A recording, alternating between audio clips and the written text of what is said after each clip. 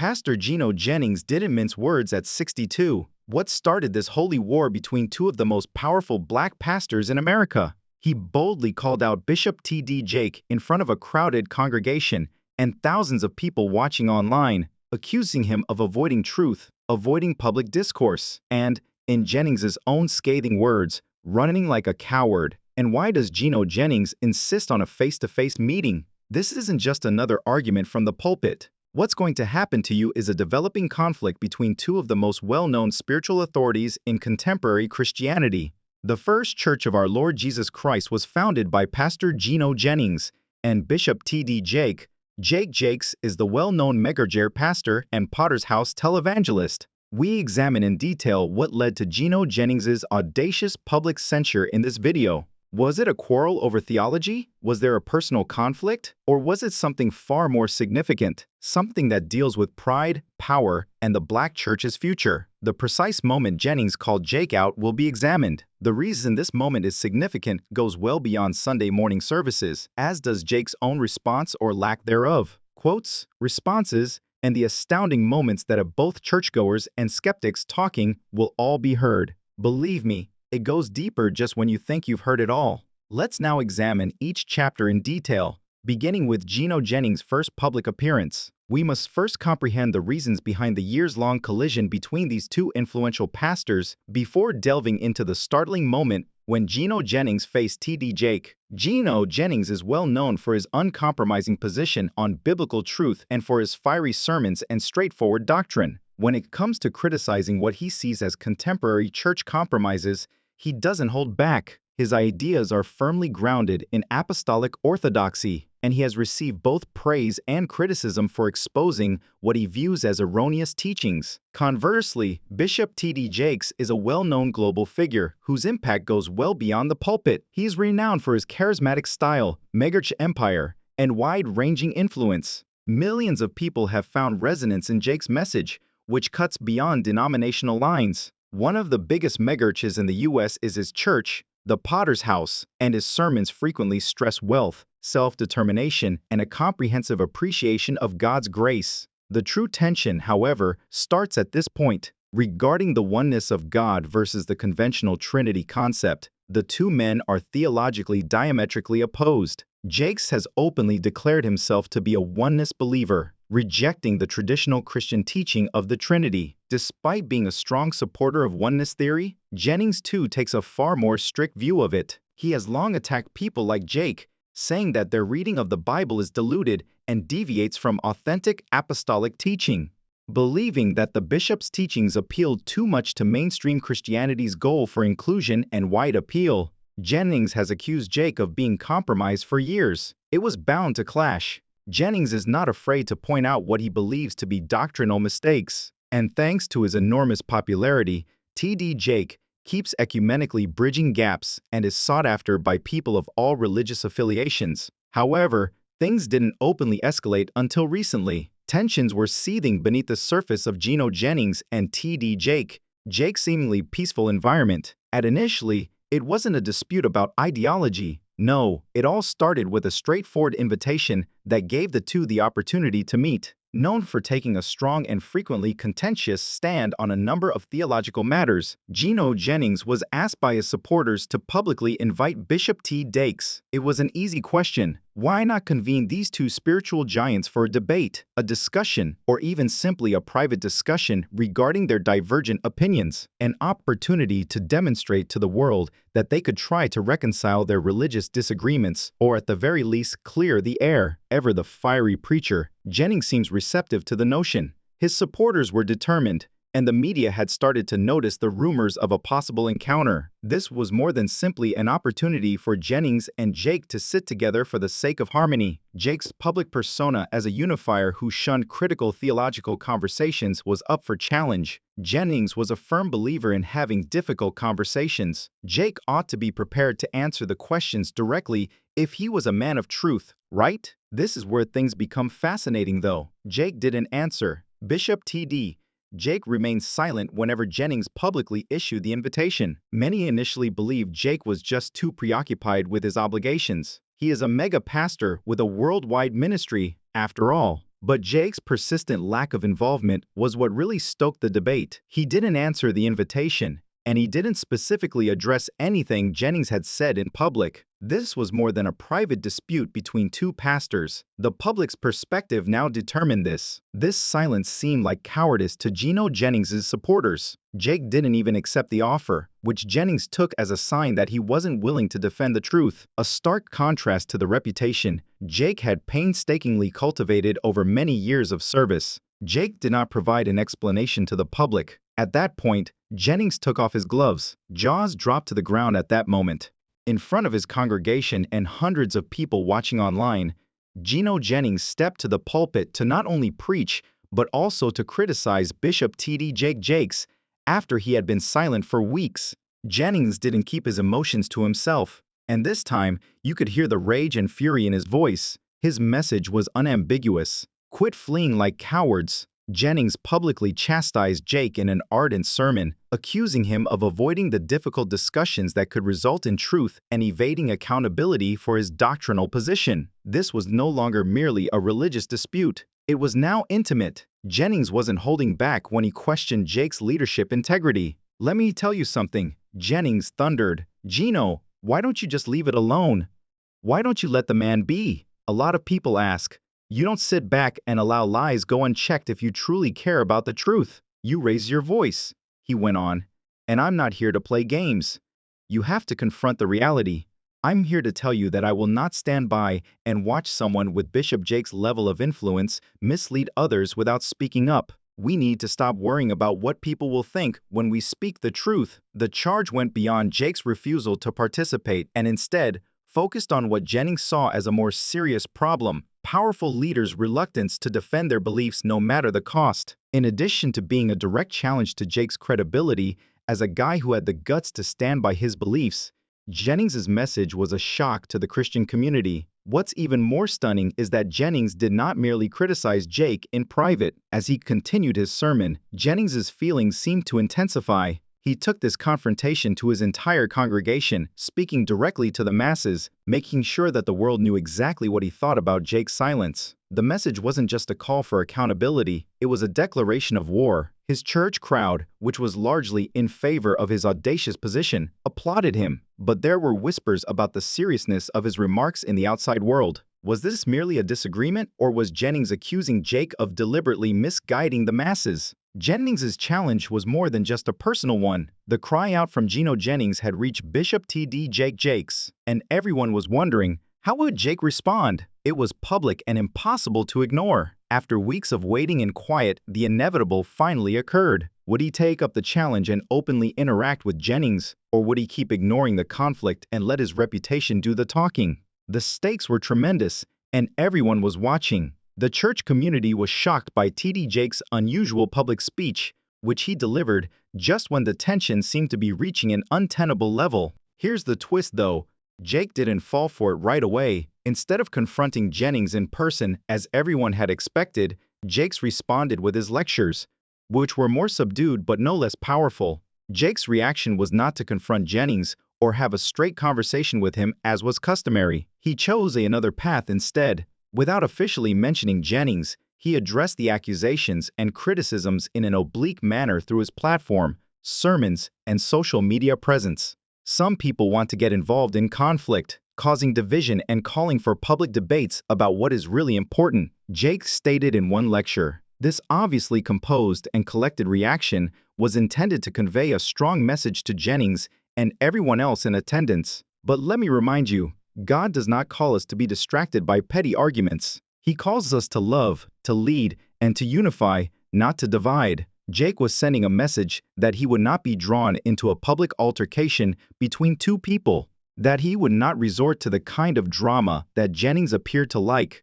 His message was unambiguous. I refuse to participate in your public display, Jake said. Some claim they want to challenge me, but I stand here today not because I'm arrogant or egotistical, but because my responsibility and mission extend beyond a single disagreement. I'm here to teach, guide, and shepherd the people, not to stoke their thirst for conflict. For many of Jennings' supporters, this only served to stoke the fire. Jake wasn't accepting responsibility for his silence. Rather, He was attempting to deflect it as though his followers should accept it without question. On the surface, this might appear to be a graceful avoidance of the challenge, a masterclass in maintaining dignity. In the days after Jake's sermon, Gino Jennings' detractors were eager to point out that Jake had refused to speak directly to him, which only served to reinforce to Jennings and many of his fans that Jake was unwilling to face the hard truths. This is where things get very interesting. Jake's message, however, didn't fall flat. It struck a chord with many of his own supporters, who applauded him for taking the high road. Jennings, on the other hand, wasn't going to let Jake off the hook that easily, and in a subsequent sermon, he doubled down. "This isn't about pride," Jennings said. As the public feud between Gino Jennings and T.D. Jakes continued to garner attention, the church community started to take sides. "This is about integrity, and if you truly believe in your message, you won't run away from the conversation." This exchange went beyond a simple argument between two men and became a public spectacle. Was it a matter of humility, as Jake suggested, or was it cowardice, as Jennings claimed? The fallout from their argument affected not only the two men, but also their congregations, followers, and the larger Christian community. While some were strongly in favor of Jennings, lauding his courage and his unwavering resolve to speak truth to power, others supported Jake, applauding his choice to remain composed and avoid a public altercation. On the one hand, many who followed Jake saw his refusal to interact with Jennings as evidence of his wisdom. "He's the bigger person." They would say he's focused on what really matters, helping people grow in their faith, and not getting caught up in petty arguments. However, what was the average churchgoer really thinking about all of this? However, Jennings's followers were equally outspoken, saying that Jake's silence was cowardice rather than humility, pointing out that Jake had spent years establishing a vast empire around his brand of gospel, and that if you believe in your message, you stand by it and defend it. And now, when it came time to stand firm on doctrinal issues, he was fleeing. This public split was not just about theological differences, it was about the essence of leadership. Was it more important for a leader to engage, even if it meant confronting hard facts? Or was it sufficient for a pastor to simply remain above the fray? One thing was certain, though.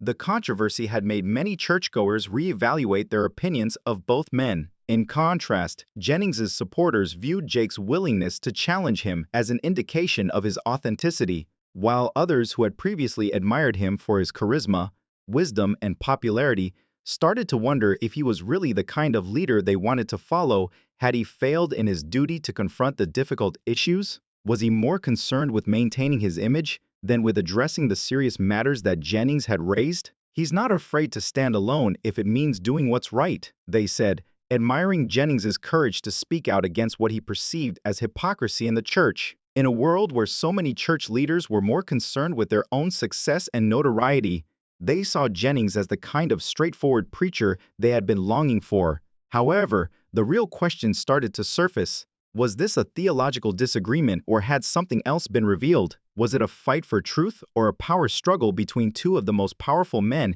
in contemporary Christianity? To make things even more complicated, the social media storm surrounding their altercation was intensifying. The internet was flooded with posts, videos, and podcasts from both sides, each attempting to influence public opinion in their favor. Jennings's supporters produced content criticizing Jake's silence and labeling him a coward, while Jake's supporters used social media to defend his persona and claimed that he was just avoiding needless drama. The whole spectacle had gone far beyond anyone's wildest expectations. But the most absurd aspect of all was that, as this controversy unfolded in public, some church leaders, many of whom had been longtime supporters of both men, started to voice their own opinions and distance themselves from the whole affair. They subtly cautioned their congregations against picking sides, telling them that this public dispute between two Christian titans might cause more harm than good. But the drama continued, with each of Jake's and Jennings' sermons appearing to contain hints about the other,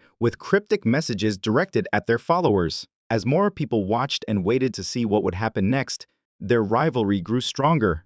Just when everyone thought they had seen it all, a startling new person appeared on stage, upending the already turbulent conflict between Gino Jennings and T.D. Jake, a well-known Christian scholar and author with years of experience in church leadership. Dr. Marcus Gray was a respected theologian and former ally of both men who had remained relatively silent during the early stages of the controversy. He had previously publicly supported Gino Jennings and had spent much of his career working alongside some of the most influential figures in modern Christianity, including T.D. Jake. This new voice wasn't just any pastor or church leader, though. In an exclusive interview with a well-known Christian podcast, Dr. Gray didn't hold back when he made a shocking statement about the conflict. He talked openly about the implications of the conflict, but what he said next left listeners stunned. "We are seeing a clash of egos, not a clash of theology," Dr. Gray boldly declared. His remarks sent shockwaves through the pro-Jakes and pro-Jennings camps, making supporters of both men who had been rallying behind their respective leaders start to doubt everything they believed to be true about the situation. "This is about personal pride, not the purity of the gospel," he said. The implications of Dr. Gray's statement were profound, a wake-up call for many. Could Dr. Gray, a man who had been close to both sides, really be right? Was there something deeper at play here that no one had been willing to acknowledge? Were Jennings and Jake more interested in their own power and reputation than in the message they were preaching? Was the entire public dispute just a power play, one intended to increase their influence and elevate their positions within the church community? Didn't stop there. He continued by pointing out a concerning trend he had observed in the contemporary church, especially among well-known figures like Jake and Jennings. Too many pastors these days are more concerned with expanding their empires than with advancing God's kingdom. The idea that both Jake and Jennings were playing a risky game with their own egos was hard to ignore. Was this the reality of modern Christianity? Was the pursuit of fame and influence taking precedence over the core teachings of the faith? He said, "They've become celebrities, and like all celebrities, they've forgotten what really matters." His words struck a deep chord with many who had been watching the drama from the sidelines. The most shocking part of all was when Dr. Gray called on both Jake and Jennings to apologize to their congregations. Gray's remarks not only called into question the behavior of Jake and Jennings, but they also made their supporters reevaluate their allegiance. Could they honestly continue to support men who were embroiled in such a destructive and public rivalry? The harm caused by their conflict was not only to their own reputations, but also to the faith of their millions of followers, Dr. Gray said, adding that both men owed their followers an explanation and a heartfelt apology for letting their personal problems overshadow their ministries. "You have to put the gospel first," Dr. Gray urged. "What does it say about the message you're trying to convey if your followers witness you battling like this? Are we teaching something else, or are we truly teaching Christ?" His appeal for reconciliation sparked heated discussion among Christians and was a direct challenge to both Jennings and Jake. As the public drama between Gino Jennings and T.D. Jake continued to play out, a new twist that no one could have foreseen emerged. Behind the scenes, influential people in the media and church world had been covertly influencing the conflict. Could these two men, who had spent so much time building their ministries and brands, ever find humility and reconciliation, or had the damage already been done? When investigative journalists began to delve deeper into the relationship between some of the most powerful media outlets and religious leaders, they discovered that this was not just a conflict between two well-known pastors, but rather a part of a much bigger, more complex game. But who was pulling the strings? One prominent figure that emerged was Pastor Michael Thompson, a media tycoon and pastor with a wide-ranging network of connections in the entertainment and church sectors. Known for his behind-the-scenes activities, Thompson had connections to both Jake and Jennings, though few were aware of them. However, what was stunning was that Thompson had been utilizing the tension between the two pastors to create a show, and he had been privately urging Jake and Jennings to continue the battle because he knew it would bring enormous attention to his media empire. According to insider claims, it became evident that the fight was about control, not just theological differences, and that Thompson understood the power of controversy and knew that the more he fueled the fire between Jake and Jennings, the more he stood to gain. "It's all about ratings," one source disclosed. He knew that if he could keep the fight going, the media coverage would soar, and so would his influence. Both pastors had, in a way, become pawns in a larger media chess game in which Thompson and his business empire were the only true winners. But this revelation sparked even more questions. Was the conflict between Jennings and Jake ever about their ministries and the people they served?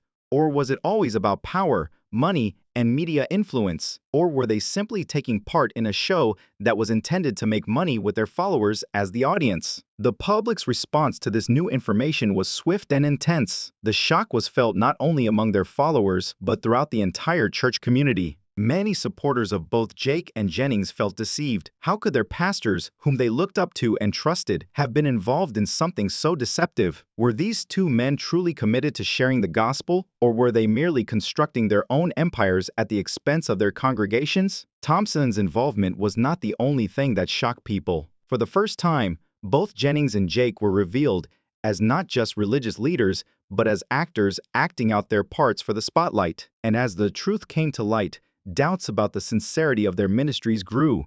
It was the admission that both pastors had voluntarily participated in this public conflict for their own selfish ends. Could you trust their preaching? When it became evident that their intentions were not as pure as they had once seemed, the scandal was about to get even worse. What did T.D. Jake and Gino Jennings have in common that could ruin their careers forever? The next bombshell could drastically alter everything, and even their devoted fans didn't anticipate it. This is just the beginning of the narrative, so stay tuned.